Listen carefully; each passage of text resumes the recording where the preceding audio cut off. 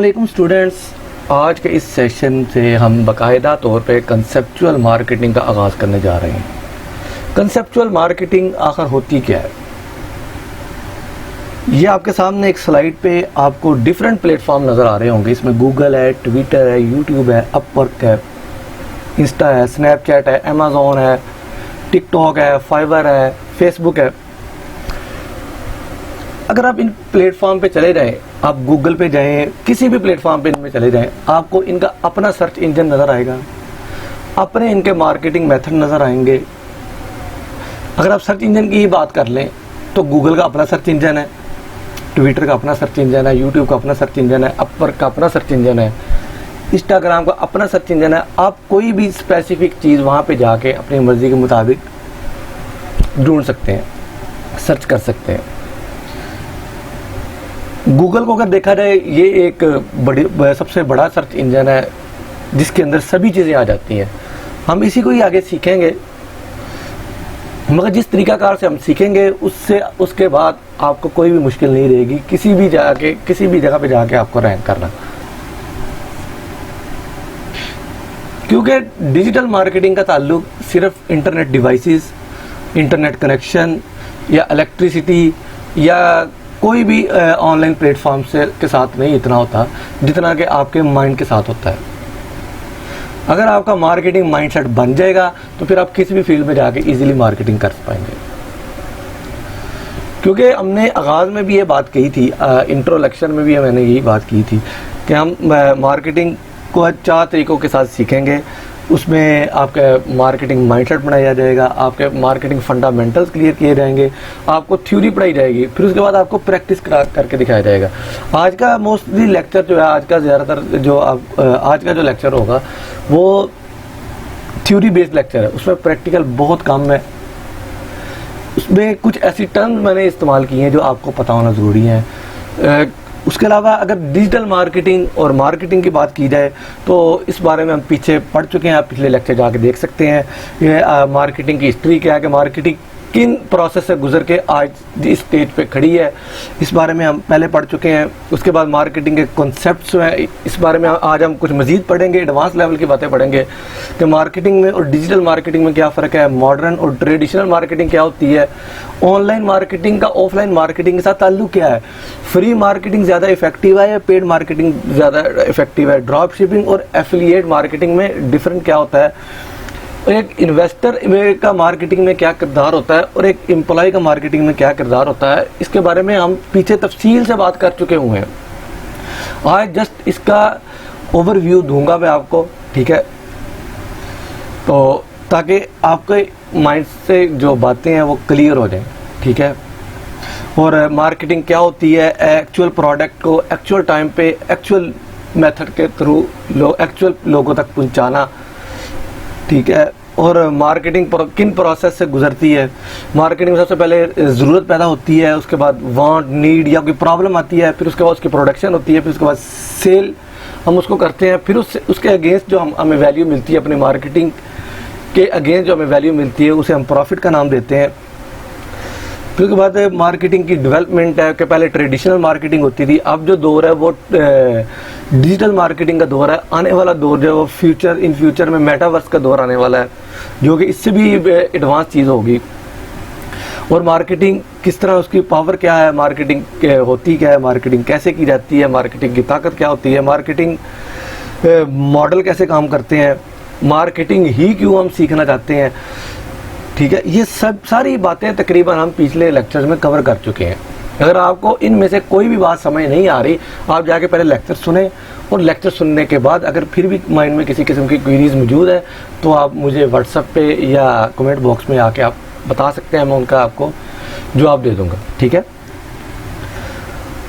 अब हम बाकायदा आज के लेक्चर का आगाज़ करते हैं। इसमें मार्केटिंग में कुछ कॉन्सेप्ट्स हैं, कुछ टर्म्स हैं जो कि आपको जानना ज़रूरी है, क्योंकि अगर आप ये टर्म्स नहीं जानेंगे आपको आगे लेक्चर समझ नहीं आएंगे, ठीक है।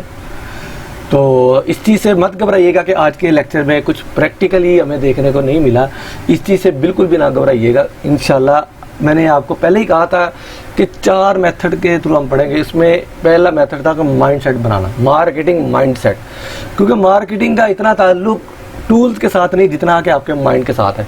अगर आपका मार्केटिंग माइंडसेट बन गया तो आपके लिए कोई भी टूल चलाना मुश्किल नहीं रहेगा। एक प्लम्बर हो, उसे चाहे रेंच पकड़ा दें, प्लास पकड़ा दें, या कोई भी स्क्रू ड्राइवर उसे पकड़ा दें, या कोई भी उसके पास टूल हो, उसे बस पता हो कि इसको चलाना कैसे है तो वो चला लेगा, ठीक है। उसको पता हो कि मैंने इसे कहाँ यूज़ करना है, ठीक है, तो वो उसे यूज़ कर लेगा।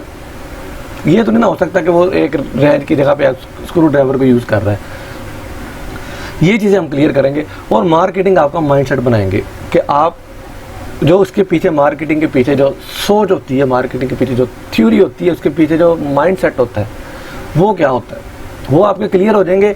तो आप गूगल ऐड चलाना चाहें, फेसबुक ऐड चलाना चाहें, टिकटॉक पे ऐड चलाना चाहें, या किसी भी प्लेटफॉर्म पे आप खुद को रैंक करवाना चाहें, अमेज़ॉन पर अपने प्रोडक्ट को रैंक करवाना है, तरीकाकार सबके अलग अलग है, ठीक है। आगे वो थोड़े थोड़े डिफरेंट है, मगर उनके पीछे जो माइंडसेट होते हैं वो एक ही है। माइंडसेट क्या होते हैं वो आज से हम बात करना स्टार्ट करते हैं। सबसे पहली बात आ जाती है मार्केटिंग में ट्रेडिशनल मार्केटिंग और डिजिटल मार्केटिंग।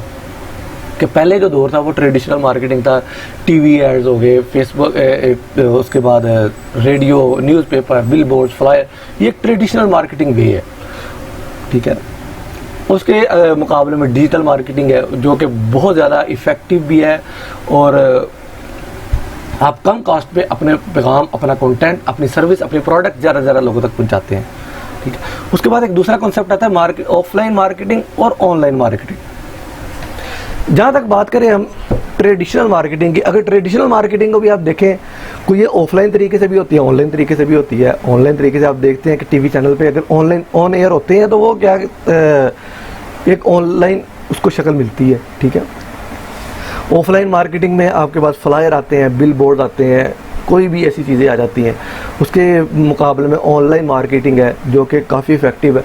अब चूँकि दुनिया जो है वो तेज़ी से ऑनलाइन होती जा रही है, तेज़ी से डिजिटल होती जा रही है। अब हम इन तरीक़ाकार को छोड़ के, ट्रेडिशनल तरीक़ाकार को छोड़ के डिजिटल की तरफ जा रहे हैं। ऑफलाइन तरीक़ाकार, ऑफलाइन जो मेथड्स हैं मार्केटिंग के, उनको छोड़ के हम ऑनलाइन मेथड की तरफ जा रहे हैं। मैं ये नहीं कह रहा कि इनकी ज़रूरत बिल्कुल ख़त्म हो गई है, ऐसा बिल्कुल भी नहीं है। कई जगह ऐसी हैं कि जहाँ पे आपको इंटरनेट की सूरत मौजूद नहीं है, तो वहाँ पे यही चीज़ें काम आती हैं, वहाँ पे यही रेडियोज़ काम आते हैं, ठीक है। वहाँ पे ये FM जो उसके चैनल हैं वही चलते हैं, वहाँ पे वही न्यूज़पेपर ट्रेडिशनल मेथड ही है, वही जो चलते हैं मार्केटिंग के। क्योंकि मार्केटिंग कोई भी हो, ऑफलाइन हो, ऑनलाइन हो, डिजिटल हो, ट्रेडिशनल हो, आपका माइंडसेट क्लियर हो जाएगा। क्योंकि मेरा ये कहना है कि अगर आपने माइंडसेट, इस लेक्चर को, मेरे लेक्चर को प्रॉपर सुन के आपने उनकी प्रैक्टिस करके, जो मैंने टास्क दिए उनको कंप्लीट किया, उनके असाइनमेंट्स बनाई और प्रैक्टिस किया, उसको एक प्रैक्टिकली गुजारा, हाथ से काम किया, कि सिर्फ मेरा लेक्चर सुन के आपने रख दिया कि ठीक है जी, जो बातें आपने कही हैं वो मुझे समझ में आ गई हैं, बस इतनी सी बात में आपकी 24 घंटे के अंदर अंदर आपकी जो बातें वो माइंड से दोबारा निकल जाएंगी। सिर्फ 10% आपको याद रहेंगी, बाकी सारी की सारी आपके माइंड से निकल जाएंगी। अगर आप, जिस तरह मैं कहता हूँ कि अगर आप इसको लिख लें तो आपको 90% बातें याद रहेंगी, तो सिर्फ 10% ही ऐसी बातें होंगी जो कि आपके माइंड से इधर उधर हो जाएंगी, ठीक है। ये डिफरेंट होता है कि लिखने में और ना लिखने में। उसके बाद एक टर्म आती है, एक और कंपैरिजन आता है मार्केटिंग का, आउटबाउंड और इनबाउंड। ये ट्रेडिशनल मार्केटिंग हो या ऑफलाइन मार्केटिंग हो, इसमें ज़्यादातर तरीकाकार जो है ये आउटबाउंड ही है। आउटबाउंड वो तरीकाकार होते हैं कि आप कस्टमर के पास, एक मार्केटर जो है वो कस्टमर के पास चल के जाता है कि भाई आप ये चीज़ ख़रीद लो, ठीक है। आप घर में बैठे होते हैं, आपके दरवाजे पे कोई सेलमैन आता है, वो आपको कहता है कि यार ये मैं ऑफ़र कर रहा हूँ, अगर आप आज के दिन 6 पीस मुझसे लेते हैं तो आपको 1 पीस फ्री मिलेगा, ठीक है। ये एक मार्केटिंग का तरीकाकार है। इसमें आप कस्टमर के पास नहीं गए, आप तो अपनी जगह बैठे हुए हैं, कस्टमर खुद चल के आपके पास आ रहा है, ठीक है। और कस्टमर जब चल के आपके पास आता है, उसका कन्वर्जन रेट जो है वो बहुत कम होता है। इनके बहुत कम चांस होते हैं कि आपकी जो आपने उसके पीछे कष्ट की है, जो आपने उसके पीछे हिम्मत मारी है, टाइम लगाया, पैसा लगाया, उसका कन्वर्जन रेट भी जो आपको अच्छा मिले, ठीक है। बहुत कम होता है कि वो आप उसके बाद जाएं, वो आपसे चीज़ आप उसे दें और वो आपसे चीज़ खरीद लें। इसी तरह इसकी अगर हम आउटबाउंड मार्केट को जदीद शक्ल में देखें, SMS मार्केटिंग आती है, उसमें व्हाट्सएप मार्केटिंग आती है, जिसमें आप कस्टमर तक खुद पहुँचते हैं, आप कस्टमर को मैसेज करते हैं, आप कस्टमर को ईमेल करते हैं, मगर इनमें कन्वर्जन रेट जो है वो बहुत कम होता है। उसके अगेंस्ट जो है इनबाउंड मार्केटिंग आ जाती है। और अगर हम आउटबाउंड मार्केटिंग को देखा जाए तो आप देखते हैं कि टीवी में ऐड जो है, अगर आप टीवी पे चलाएं उसके ऊपर आपको खाद की ऐड दिखाई दे रही है, तो आप कहें कि मुझे तो खाद में दूर दूर तक इंटरेस्ट ही नहीं है, मुझे क्यों ऐड दिखा रहे हो। ट्रेडिशनल मार्केटिंग और ऑफलाइन मार्केटिंग में सबसे बड़ी खामी यही है कि ऐसे लोगों तक भी ऐप की ऐड पहुंच जाती है जो कि आप जिनका दूर दूर तक आपके ऐड के साथ ताल्लुक भी नहीं होता, तो जिससे फिर कन्वर्जन रेट जो है वो बहुत कम आता है और जो ऐड है वो बहुत ज़्यादा कॉस्टली पड़ती है। उसके अगेंस्ट हम जब ऑनलाइन में जाते हैं, डिजिटल मार्केटिंग के फील्ड में जाते हैं, उसमें हम खुद देखते हैं कि यार ये बंदा इंटरेस्ट ले रहा है, इसकी कोई बैकग्राउंड में इसमें ये कोई चीज़ ख़रीदना चाह रहा है, चले ख़रीदना नहीं भी चाह रहा है, जस्ट मालूमात के लिए कोई चीज़ सर्च आउट कर रहा है, तो हम उसको भी अपनी ऐड दिखाते हैं कि अगर आप मालूमात आप ले रहे हैं किसी चीज़ के बारे में, ज़ाहिर आप दिलचस्पी दिखा रहे हैं। अगर आप दिलचस्पी दिखा रहे हैं तो कल को आपके पास अगर बजट होगा तो आप ये चीज़ लाजमी ख़रीदेंगे, तो फिर हम उसी भी आप पे उसको वो चीज़ दिखा देते हैं। मगर ट्रेडिशनल मार्केटिंग हो, ऑफलाइन मार्केटिंग हो, आउटबाउंड मार्केटिंग हो, इनमें ये चीज़ें नहीं होती। आप आइडेंटिफाई नहीं कर पाते कि यार ये ऐसा पॉसिबल है या नहीं है, ठीक है। ये आउटबाउंड मार्केटिंग जो है वो आप सादा अल्फाज में ये समझेगा, आउटबाउंड मार्केटिंग में आप कस्टमर के पास खुद चल के जाते हैं, वो आपकी चीज़ पसंद करे या ना करे। मगर इनबाउंड मार्केटिंग में कस्टमर आपके पास जो है ना वो आता है, ठीक है। कस्टमर आपके इंटरेस्ट लेता है, कस्टमर देखता है, कस्टमर आप एक वेबसाइट बनाइए, आप एक मोबाइल कंपनी के साथ काम कर रहे हैं, तो मोबाइल कंपनी की आप वेबसाइट बनाते हैं, एक कस्टमर है, अगर आपने उसको अगर आपने अपनी वेबसाइट को अच्छे अंदाज में रैंक किया हुआ, उसकी प्रॉपर एसईओ की है, प्रॉपर उसके अच्छे वीडियो डाले, अच्छा कंटेंट उसका ऑप्टिमाइज किया है, तो जो कस्टमर है, जो ऑडियंस है, वो खुद चल के आपके पास आएगी। अगर आपने वेबसाइट नहीं भी बनाई, फेसबुक पेज बनाया, ठीक है, आप उसके ऊपर लिस्टिंग करके अपने मोबाइल को सेल कर रहे हैं, तो कस्टमर जो अगर फेसबुक पे मौजूद है वो खुद सर्च करेगा। इसी तरह टिकटॉक है, अगर आप टिकटॉक पे रिव्यूज़ बना रहे हैं या यूट्यूब का चैनल है, अगर आप किसी मोबाइल का रिव्यू दे रहे हैं तो कस्टमर वो खुद सर्च करेगा कि मुझे कौन सा मोबाइल लेना चाहिए यार, ठीक है। इन सभी चीज़ों को आपने ज़हन में रखना है। मैं नेक्स्ट स्लाइड पे जाता हूँ। तो ये आपके सामने ट्रेडिशनल मार्केटिंग और डिजिटल मार्केटिंग, ये हम पहले इस पर बात काफ़ी कर चुके हैं, तो आप लास्ट लेक्चर्स में जाके देख सकते हैं कि हमने इस बारे में मुकम्मल हम बहस कर चुके हैं कि इनमें क्या फ़र्क होता है। उसके बाद एक और तरीक़ेकार से हम मार्केटिंग को समझते हैं। मार्केटिंग का एक और तरीके से हम कंपैरिजन करते हैं। जब हमने ऑनलाइन मार्केटिंग की तरफ जाना है, ठीक है, क्योंकि हम यहाँ पे ना ट्रेडिशनल मार्केटिंग के बारे में पढ़ना चाह रहे हैं, क्योंकि हम डिजिटल मार्केटिंग सीखना चाह रहे हैं, ना हम ट्रेडिशनल मार्केटिंग का पढ़ेंगे, ना ऑफलाइन मार्केटिंग का पढ़ेंगे, ना ही आउटबाउंड मार्केटिंग का पढ़ेंगे। कुछ लोग ये भी कहते हैं कि हम तो ऑनलाइन मार्केटिंग पढ़ा रहे हैं, तो उसमें ऑफलाइन मार्केटिंग का क्या ताल्लुक है।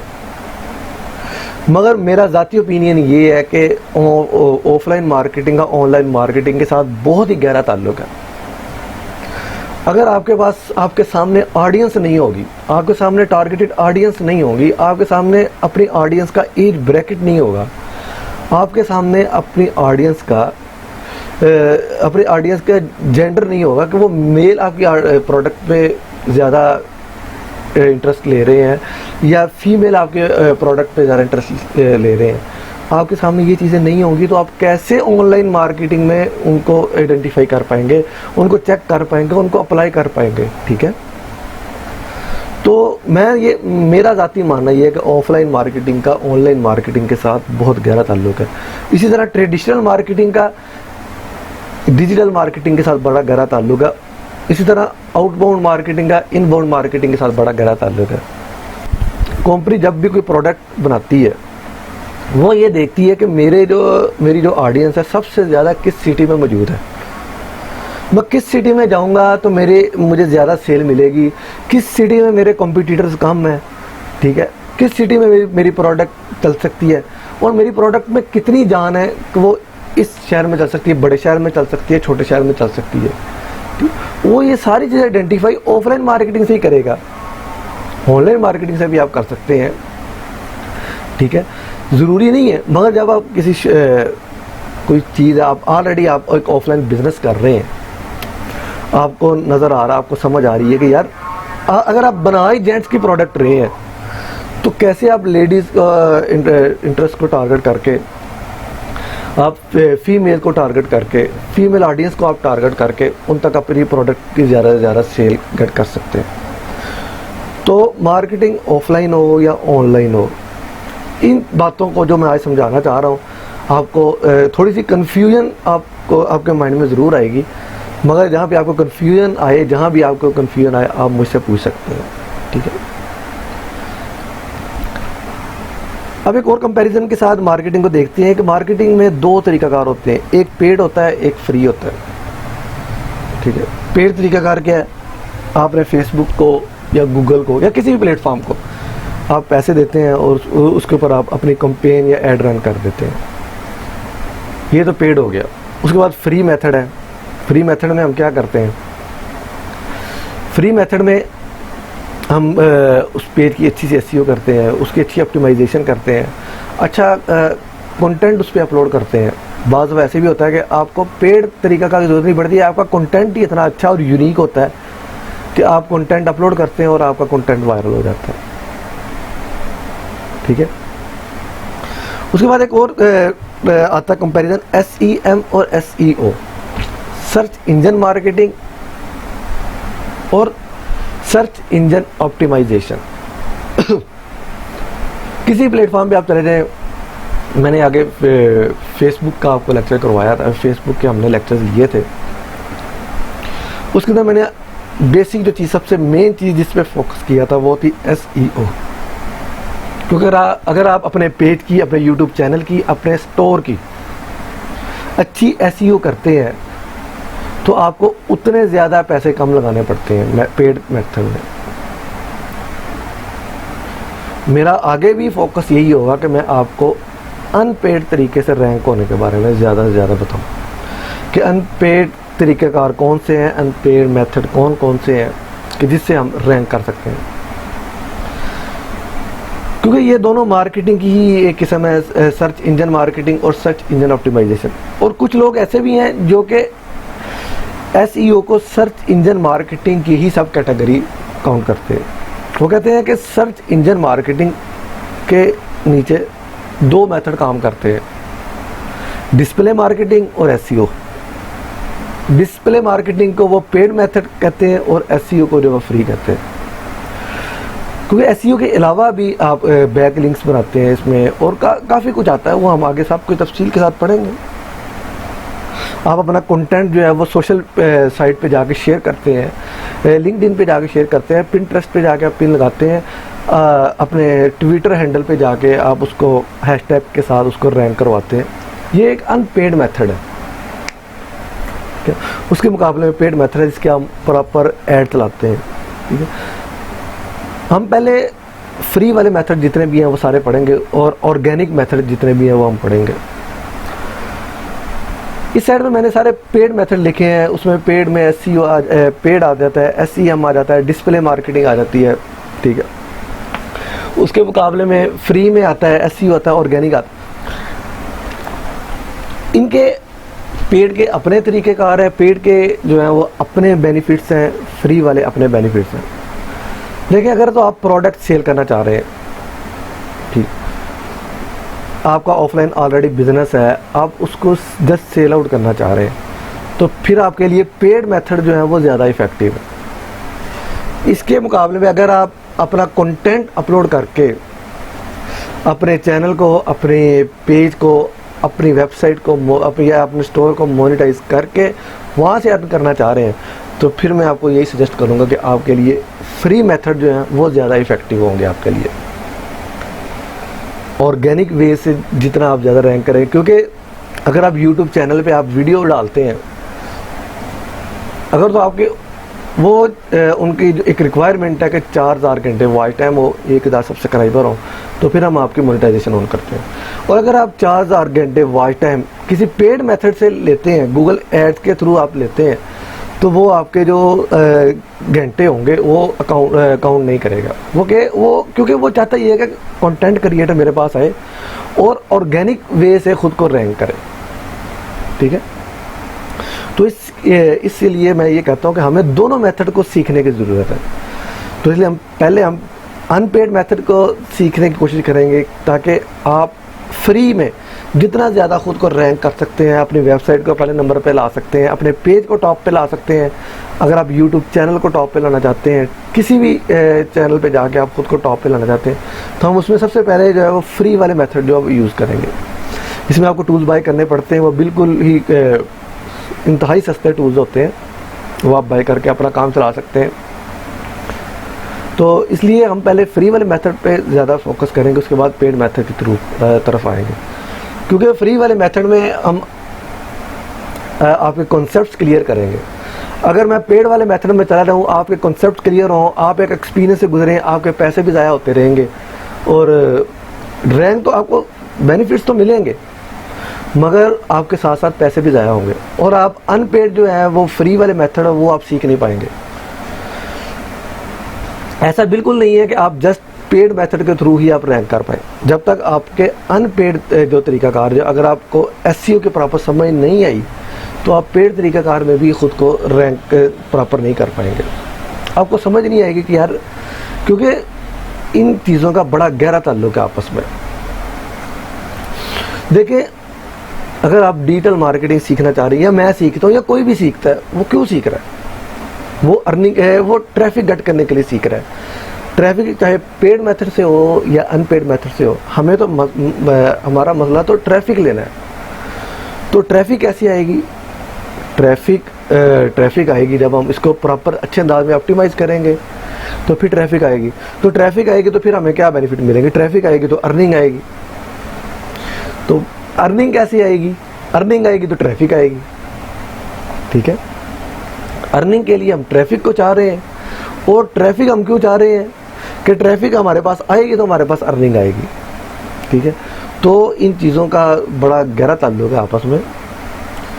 तो स्टूडेंट्स, यहाँ पे हम मार्केटिंग को एक और तरीक़ाकार से समझते हैं। ATL यानी above the line, BTL below the line, और TTL through the line. Traditional marketing को आप देखें तो वो सारी एग्जांपल जो है वो अबव द लाइन है, जिसमें आप अपनी ऑडियंस को टारगेट नहीं कर सकते, ठीक है। ना ही आप कैलकुलेट कर सकते हैं कि हमारे पास कौन सी ऑडियंस आई है, कहाँ से आई है, मेल आए हैं, फीमेल आए हैं, उनकी एज क्या है, उनके इंटरेस्ट, बिहेवियर, डेमोग्राफिक क्या क्या है, ठीक है। ये आप आइडेंटिफाई नहीं कर पाते। जबकि BTL में हम ट्रैफिक को कैलकुलेट कर पाते हैं। उसके डिफरेंट वेज हो सकते हैं। डिजिटल प्लेटफॉर्म पे हम डिफरेंट वे से हम कैलकुलेट कर पाते हैं कि हमारे पास किस तरह की ऑडियंस आ रही है, उनके इंटरेस्ट लेवल क्या क्या है, ठीक है, उनके बैकग्राउंड क्या क्या है।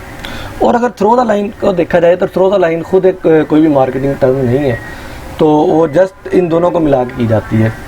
उसमें ये दोनों मेथड ही हम आगे पढ़ेंगे। अब सवाल यहाँ पे ये है कि हम ट्रैफिक को कैलकुलेट कैसे करते हैं, ट्रैफिक को हम मेजर कैसे कर पाते हैं, कौन कौन से ऐसे तरीकाकार हैं जिनसे हम ये चेक कर पाते हैं कि हमारे पास ट्रैफिक जो है वो कहाँ से आ रही है। तो आपके सामने 4 मेन सोर्सेज हैं जहाँ से आपको पता चलता है कि आपके पास ट्रैफिक आ रही है, जिसमें सबसे पहले सर्च, जिसमें आपके सामने सर्च इंजन आ जाते हैं, गूगल आ जाता है, बिंग आ जाता है, याहू आ जाता है, डिफरेंट किस्म के सर्च इंजन आ जाते हैं। आप वेबसाइट बनाते हैं और आपके पास ट्रैफिक आती है, ठीक है।